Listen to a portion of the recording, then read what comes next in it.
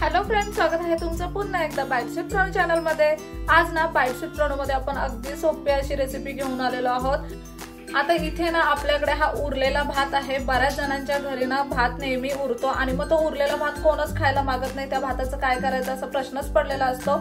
अशा वेळी त्या भाताचा सुद्धा आपण उपयोग करू शकतो। अगदी छान छान पदार्थ उरलेल्या भातापासून सुद्धा आपण बनवू शकतो। अशीच काहीशी रेसिपी आज आपण बनवणार आहोत। चला तर मग अजिबात उशीर न करता आपण लगेचच रेसिपीला सुरुवात करूया। आपल्याकडे ना हा भात उरलेला आहे। आता एवढा साधारणतः वाटीभर इतका हा भात आहे। आता ह्या भाताचे आपण थालीपीठ बनवणार आहोत। त्यासाठी सगळ्यात पहिल्यांदा हा भात आपल्याला मिक्सरला वाटून घ्यायचा आहे। मिक्सरच्या भांड्यामध्ये हा भात टाकलाय आपण। त्याच्यानंतर त्याच्यामध्ये अगदी किंचितचं पाणी टाकूयात आणि मिक्सर मधून आता हा भात आपल्याला वाटून घ्यायचा आहे। इथे तुम्ही पाहू शकता मिक्सर मधून आपण हा भात वाटून घेतलेला आहे आणि त्याची छान अशी पेस्ट केलेली आहे। इथे ना ह्या भांड्यामध्ये आपण ही तांदळाची पेस्ट काढून घेतलेली आहे। तर यामध्ये ना आपल्याला ज्वारीचं पीठ टाकायचं आहे। आवश्यकतेप्रमाणे हे पीठ आपल्याला इथे टाकायचं आहे। आता त्यानंतर याच्यामध्ये आपण ना बेसन पीठ टाकूया थोडीशी चव यायला। अर्धा चमचा इतकी धने पावडर टाकायची आहे।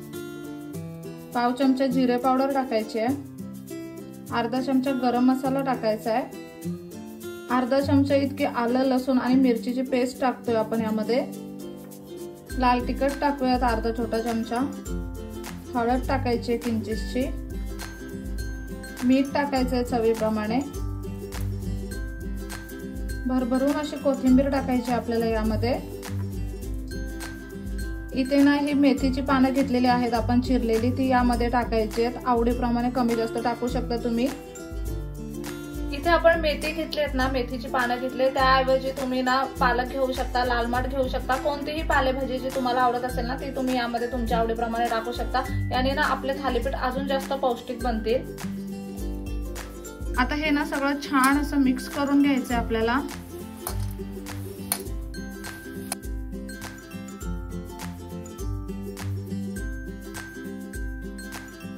आणि ह्याचं ना एक घट्टसर असं पीठ मळून घ्यायचंय आपल्याला। आवश्यकतेप्रमाणे पाणी जर लागलं तर टाकायचं यामध्ये, जसं आपल्याला थालीपीठाला लागतं। आपल्याला थालीपीठ बनवायचंय त्याच्यामुळे पीठ खूप जास्त पातळ पण करायचं नाहीये। जसं पाणी लागेल तसं पाणी ऍड करून हे पीठ आपल्याला मळून घ्यायचंय। इथे ना अगदी मस्त असं पीठ आपण मळून घेतलेलं आहे, तुम्ही पाहू शकता। आता ना आपल्याला ह्याचे थालीपीठ बनवून घ्यायचे लगेचच। थालीपीठ बनवण्यासाठी इथे आपण पॅन घेतलाय एक। अशा पद्धतीने ना हाताला आता आपल्याला तेल लावून घ्यायचं आहे आणि हा एक पिठाचा गोळा तयार करून घ्यायचा आहे। तुम्हाला हाताने थालीपीठ बनवता येत असतील ना तर तुम्ही हाताने बनवा। अशा पद्धतीने हाताने येत नसतील ना तर मग तुम्ही कपड्यावरती सुद्धा थालीपीठ थापू शकता। आता ना पाण्याचा हात लावून हे थालीपीठ आपण थापून घेऊयात।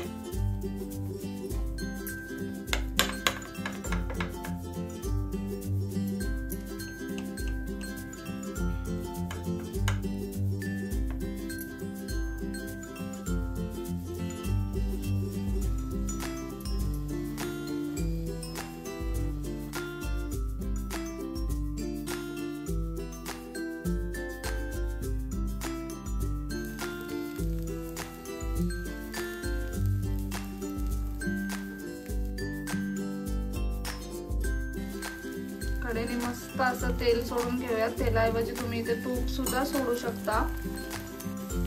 आता यावरती ना आपण झाकण ठेवूया आणि बारीक गॅसवरती हे थालीपीठ आपल्याला एका बाजूने व्यवस्थित असं शिजवून घ्यायचंय।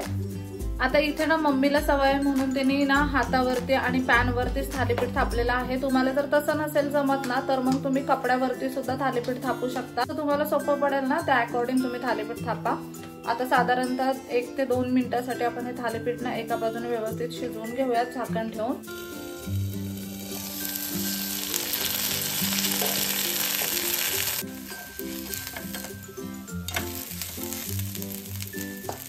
मस्त असं हे थालीपीठ आपण पलटून घेतलंय। आता दुसऱ्या बाजूने सुद्धा ते आपण शेकून घेऊयात।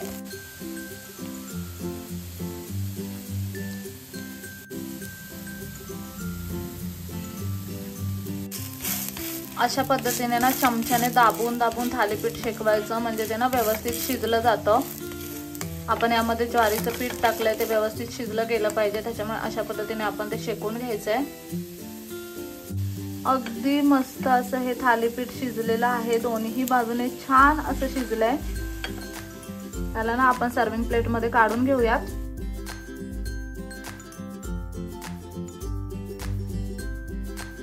मस्त असं गरमागरम आपलं एक थालीपीठ बनवून तयार आहे. इथे दुसरं थालीपीठ सुद्धा बनतंय. अशाच पद्धतीने आता सगळी थालीपीठ आपण लावून घेणार आहोत. अगदी सोप्या पद्धतीने ही थालीपीठ बनतात आणि ना भाजणीचं पीठ असेल तर थालीपीठ अगदी पटकन बनतं. आता आपण हे कच्चं ज्वारीचं पीठ वापरलंय, त्याच्यामुळे मस्त असं दोन्ही साईडने दाबून दाबून व्यवस्थित थालीपीठ शेकून घ्यायचं दोन्ही बाजूने. कमाल लागतं. एक थालीपीठ ना साधारणतः 3 ते 4 मिनिटांमध्ये अगदी आरामात बनतं. आता आपण ना हे गरमागरम असं थालीपीठ लगेच टेस्ट करून बघू.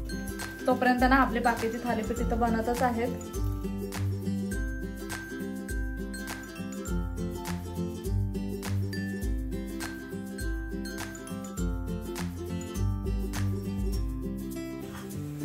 मस्त असं हे थालीपीठ आपलं बनवून तयार आहे. बाकीचे थालीपीठ होत आहेत, तोपर्यंत ना हे गरमागरम असं थालीपीठ आपण टेस्ट करून बघूयात. वरून मी छान असं बटर सुद्धा टाकलंय, एकदम मस्त कुरकुरीत झालंय. थोडंसं बटर लावूया थालीपीठाला.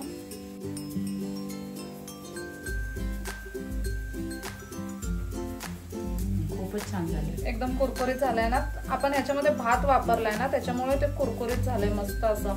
ज्वारीच्या पिठामुळे ना पौष्टिक सुद्धा आहे, पोट पण लवकर भरेल.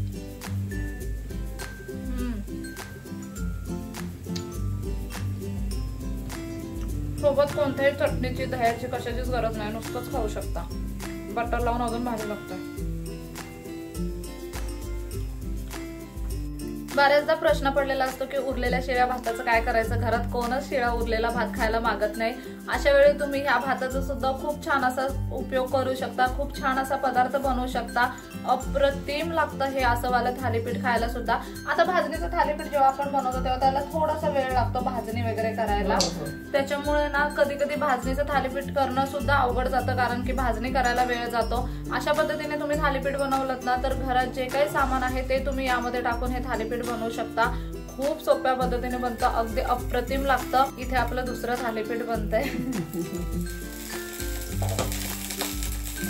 आणि मेनपण म्हणजे ना त्यानिमित्ताने भाज्या पोटामध्ये जातात. आपण मेथी, पालक, लाल माठ ही भाजी जर मुलं खात नसतील ना तर पद्धतीने तुम्ही ती ना थालीपीठ मध्ये वगैरे टाकून मुलांना देऊ शकता. मुलं अगदी आवडीने खातील, त्यांना कळणार सुद्धा नाही की ह्याच्यामध्ये भाजी वगैरे काही टाकलेलं आहे.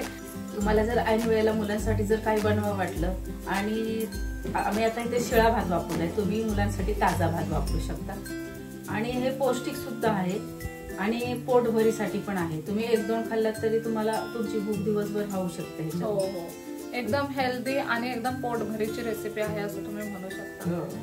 चला तर मग कसा वाटला व्हिडिओ ना मला कमेंट करून नक्की सांगा. आपल्या कोणत्या रेसिपी तुम्ही जर घरी ट्राय करत असाल ना तर ते सुद्धा मला कमेंट करायला अजिबात विसरू नका.